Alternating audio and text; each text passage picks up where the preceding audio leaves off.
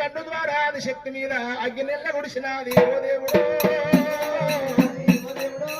అగ్గినెల్ల గుడిసినాది రామ రామ, ఆ అగ్ని లోపల రామ రామ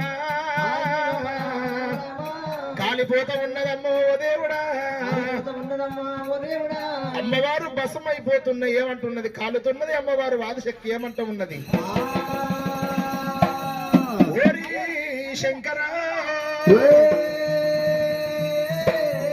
నీ మాయ మాటలకు నేను మోసపోతిరా తండ్రి,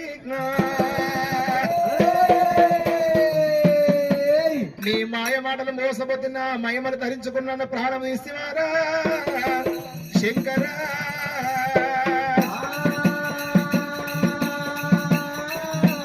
ఈ జన్మలో బిడ్డలార మీతోటి నా ఆశ నెరవేర్చకపాయరా,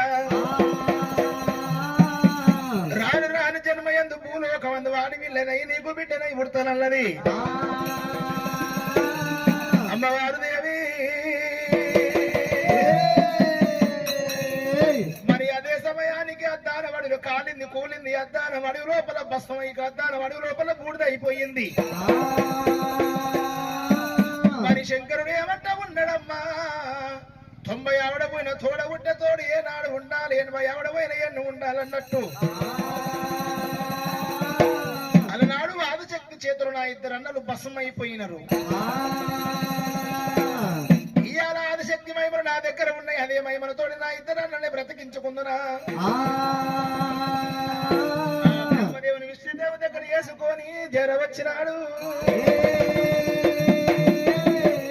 ఆదిశక్తి మహిమల గల్లవాడమ్మా, మహిమలతోటి బ్రహ్మదేవుని విష్ణుదేవి లేపిండు. లేచిన వాళ్ళు బ్రహ్మదేవుడు విష్ణుదేవుడు ఏమంటున్నా, అయ్యా శంకర ఇవాళ మేము సత్య పుట్టినందుకు మాది ఎంగిలి బ్రతకైపాయే తండ్రి, కాబట్టి ఇక నుంచి నువ్వు పెద్దవానిగా ఉండు శంకర.